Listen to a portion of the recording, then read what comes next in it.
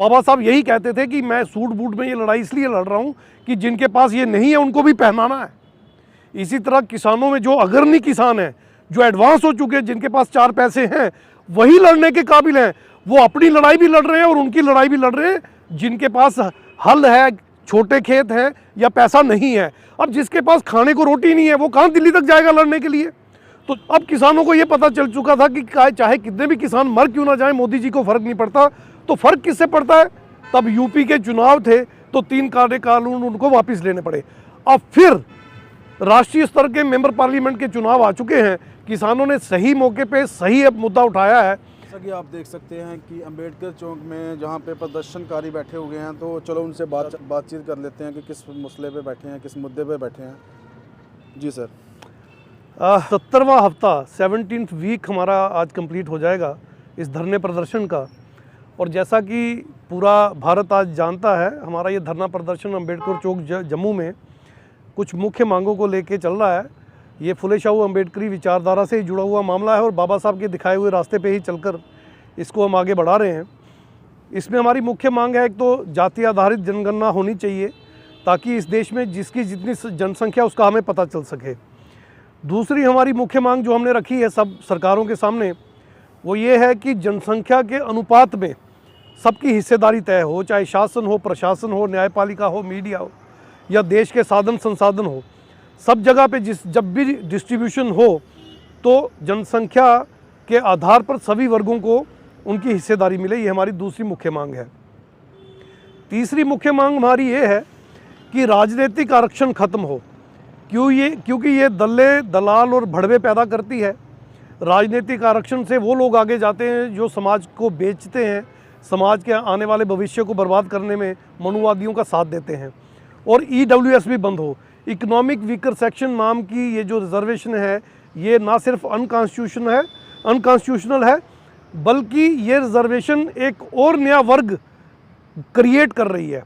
क्योंकि अगर बात गरीबी की ही की जाए तो सिर्फ अपर कास्ट में ही गरीब नहीं है, बाकी जो SC ST OBC माइनॉरिटी हैं उनमें भी गरीब हैं। ये सबको अवेलेबल नहीं है, इसलिए इसको ख़त्म करना ज़रूरी है।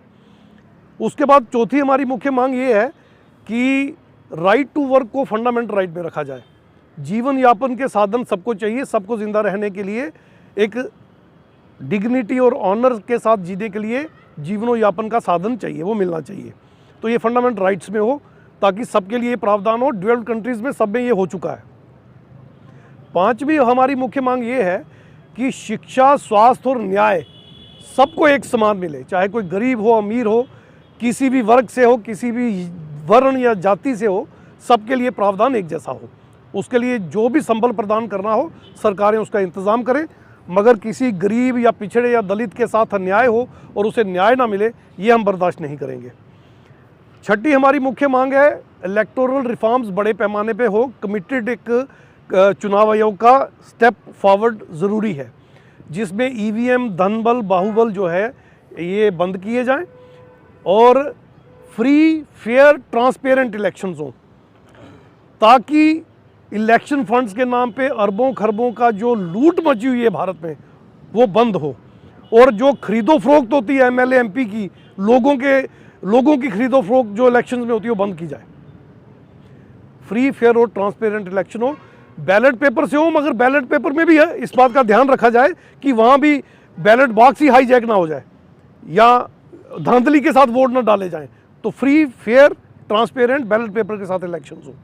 और आखिरी मांग हमारी ये है कि बाबा साहब का दिया हुआ संविधान मूल रूप से लागू हो और रूल ऑफ लॉ इस्टेब्लिश हो ताकि हमारी आने वाली पीढ़ियाँ एक अच्छे भारत के निर्माण में सहयोग कर सकें और ये भारत जो है दुनिया में सबसे खूबसूरत मुल्क बन सके। ये हमारी मुख्य मांग है। सर, जैसे कि डॉक्टर रितु पिछले कुछ महीनों से वहाँ पे धरने पे बैठी हुई है, तो उसका अभी तक कोई सुनवाई नहीं हुई, तो सर उसके विषय में कुछ हो पाएगा, नहीं हो पाएगा? तो हज़ारों की संख्या सड़कों पे है, तो एक इंसान को कम से कम अरेस्ट कर लेते तो उसको न्याय मिल जाता डॉक्टर रितु को। देखिए, डॉक्टर रितु सिंह के मसले में जो उनकी HOD है वो RSS की कैडराइज्ड है, उनकी जो वाइस चांसलर यूनिवर्सिटी की है वो भी RSS कैडराइज्ड हैं। तो ये RSS का एक षड्यंत्र है, जैसा कि प्रोफेसर लक्ष्मण यादव और डॉक्टर रितु सिंह ने पहले भी डिस्क्लोज़ किया है। अब विश्वविद्यालयों पे, यूनिवर्सिटीज़ पे आरएसएस का पूरी तरह से कब्जा हो चुका है। अब तो वहाँ 78 कुंडीय यज्ञ होते हैं। अब तो वहाँ पर गोबर पे रिसर्च होती है, गौमूत्र पे रिसर्च होती है।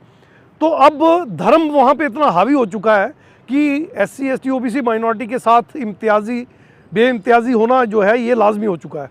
हम आफरीन है डॉक्टर रितु सिंह, दिल से उसे बधाई देते हैं, बड़ा साधुवाद देते हैं कि हमारी उस बच्ची ने पूरा दम रखा हुआ है। आज भी वो नौकरी के लिए नहीं लड़ रही, न्याय के लिए लड़ रही है। और आप ये चीज़ देखिएगा, डॉक्टर रितु सिंह के साथ अगर न्याय नहीं हुआ तो मैं 100% गारंटी के साथ कह रहा हूँ RSS और भाजपा को इतना बड़ा झटका लगेगा कि आने वाली इलेक्शन में अब मोदी प्राइम मिनिस्टर कभी नहीं बन पाएंगे। ये डॉक्टर रितु सिंह का जलवा जो है आने वाली इलेक्शन में देखने को हमें मिलेगा। उसके साथ अन्याय का प्रतिकार हमारे लोग अब आने वाली इलेक्शन में भी करेंगे और अदरवाइज भी करेंगे। तो डॉक्टर रितु सिंह को हम मुबारकबाद देते हैं और हम फिर एक बार मौजूदा सरकार से ये इल्तिजा करते हैं कि उसे इंसाफ दिया जाए और उसकी HOD को अरेस्ट करके जेल भेजा जाए और वाइस चांसलर के खिलाफ भी स्टर्न एक्शन लिया जाए, ताकि आने वाले दिनों में हमारी बच्चे और बच्चियों के साथ इस तरह की जो नाजायज़ हरकतें ये लोग कर रहे हैं वो ना कर सकें। जी सर, जैसे किसान आंदोलन वहाँ पे चल रहा है तो किसानों को भी अभी तक न्याय नहीं मिल रहा, तो क्या आपको क्या लगता है कि किसानों को न्याय मिल पाएगा? जहाँ जम्मू के जितने भी किसान हैं, क्या वो उनको समर्थन देने के लिए तैयार है? क्या आने वाले टाइम में इसका आंदोलन काफ़ी बड़ा होने के चांसेस हैं कि नहीं? किसानों ने बड़े सही मौके पे इस बार अपना मुद्दा उठाया है, क्योंकि जब 750 किसान धरने पर पिछली बार मर गए थे, उन्होंने देखा मोदी जी को, भाजपा को, RSS को उससे कोई फ़र्क नहीं पड़ा। और जब मोदी जी से ये बात की गई कि 750 किसान मर गए, तो उनके मुंह से अकस्मात ही सच निकल गया था, मेरे लिए थोड़ी ना मरे। MSP की गारंटी उनको दी गई थी मगर वो इम्प्लीमेंट नहीं हुई और भी उनकी मांगें पूरी नहीं हुई हैं। अब भाजपा और RSS के पास दो ही रास्ते हैं, या तो घुटनों के बल बैठकर उनकी मांगें मान ले, वरना जैसा कि मैंने पहले कहा, इन इलेक्शंस में किसान एक बड़ा बदलाव राजनीति में लाएंगे और भाजपा हो सकता है डबल डिजिट की पार्टी ना बन के रह जाए। अगर किसानों के मसले हल नहीं हुए तो हारना जीतना एक तरफ, भाजपा बुरी तरह मुंह के बल गिरेगी, ये मेरा मानना है। रही बात समर्थन की, किसानों को समर्थन हर राज्य से मिल रहा है, क्योंकि हर राज्य के 70% लोग किसानी पर ही डिपेंड हैं, मजदूरी पर ही डिपेंडेंट हैं, अनऑर्गेनाइज्ड सेक्टर पर ही डिपेंडेंट हैं। तो मेरा ये मानना है कि उनको पूरे भारत से ही नहीं, पूरे विश्व से समर्थन मिल रहा है। आप देख लीजिए, विश्व के उन देशों में भी जिनको हम डेवलप्ड कंट्रीज़ कहते हैं, वहाँ भी किसानों के आंदोलन चल रहे हैं और वहाँ पे सरकारें उनका वेलकम कर रही हैं। इन्होंने कील बिछाए, ड्रोन चलाए, आंसू गैस छोड़े, पैलेट बुलेट चलाई, बहुत ज़्यादा टॉर्चर किया। इसका जवाब भारत की जनता आने वाली इलेक्शन में 100% भाजपा को देगी और पूरा भारत किसानों के समर्थन में खड़ा होगा। ये बात मैं मान के चलता हूँ। सर, जैसे कि 2024 की इलेक्शन आ रही है तो किसान सड़कों पर हैं, तो आपको क्या लगता है कि किसान की दुश्मन सरकार है, जहाँ तो किसान के दुश्मन जवान बना दिए सरकार ने? नहीं, सरकारें हमेशा ऐसा ही करती हैं। आपको याद होगा कांशीराम जी जब कैडर दिया करते थे तो कहा करते थे कि हमारी आखिरी लड़ाई इंडियन आर्मी से होगी। इसका यही मतलब था, वो कोई इंडियन आर्मी और हमारी लड़ाई नहीं थी। इसका यही मतलब था कि मनुवादी ताकतें अल्टीमेटली हमारे खिलाफ पुलिस, पैरामिलिट्री फोर्स और मिलिट्री का भी इस्तेमाल कर सकते हैं। मगर पुलिस, पैरामिलिट्री फोर्स और मिलिट्री में 90% नीचे का जो स्ट्राटा है, जो सिपाही या गोली चलाने वाले लोग हैं या लाठी चलाने वाले लोग हैं, वो ज़्यादातर SC ST OBC माइनॉरिटी के ही लोग रहते हैं। तो वो हमारे खिलाफ चलाएंगे या नहीं चलाएंगे, ये सवाल रहता है। मगर अभी किसानों के खिलाफ आप देखिए, उन्होंने पुलिस और पैरामिलिट्री फोर्स को लगा रखा है। आप ठीक कह रहे हैं, उनको रोकने के लिए सरकार ने पूरी ताकत लगा रखी है, मगर इसका अर्थ ये नहीं है कि पुलिस, पैरामिलिट्री फोर्स या आर्मी उनके खिलाफ है। हाँ, उनमें भी मनुवादी लोग होंगे जो किसानों के खिलाफ हो सकते हैं, मगर मेरा ये मानना कि ये सरकार के कहने पर, क्योंकि वो नौकर हैं, उनके मातहत हैं, तो उनके कहने पर किसानों के खिलाफ खड़े हैं। अदरवाइज़ वो अपनी विचारधारा के तहत किसानों के फेवर में खड़े हैं। अगर मोदी सरकार इस बात का इस्तेमाल और करेगी तो आने वाले वक्त में किसान हो, पैरामिलिट्री फोर्स हो या पुलिस हो या आर्मी हो, ये एक ही नज़र आएंगे, एक तरफ आ जाएंगे और ये मोदी और इनकी भाजपा और इनकी सरकार एक तरफ नज़र आएगी। मेरा ऐसा मानना है कि पुलिस, पैरामिलिट्री फोर्स और आर्मी का इस्तेमाल अपने देश के लोगों के खिलाफ करना, ये सबसे बड़ी तानाशाही का सबूत है और लोग इसको इलेक्शन में ज़रूर संज्ञान लेकर इसका प्रतिकार करेंगे। सर कुछ लोग तो कहते हैं वहाँ जो धरने कर रहे हैं वो किसान नहीं है, किसान होते तो किसानों के पास फार्चून कहाँ से आती है या स्कॉर्पियो कहाँ से आती है, कुछ लोग ऐसी बातें भी इसके जवाब में मैं साफ साफ ये कहना चाहता हूँ, अछूतों को उस वक्त ये अनटचेबल या अछूत शब्द इस्तेमाल किया जाता था। अछूतों को आगे लाने के लिए उनकी लड़ाई कौन लड़ रहा था? बाबा साहब डॉक्टर भीमराव अंबेडकर। और बाबा साहब हमेशा सूट बूट टाई में हुआ करते थे। कई लोग आज भी कहते हैं कि बाबा साहब तो सूट बूट टाई पहनते थे, वो उनकी लड़ाई कैसे लड़ रहे थे जो भूखे नंगे थे?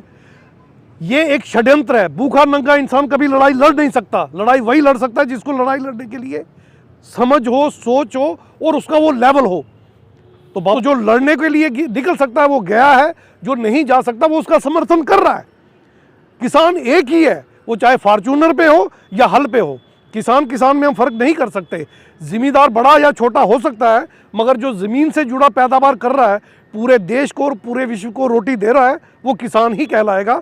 इसलिए ये कहना कि जिसके पास कुछ नहीं है वही किसान है, जिसके पास खाने को रोटी है वो किसान नहीं है, ये मेरा ख्याल है दोनों के बीच में लड़ाई लगवाना या उनके मुद्दे से उनको भटकाना, यही इसका मकसद हो सकता है और कोई मकसद नहीं। जी सर, शुक्रिया।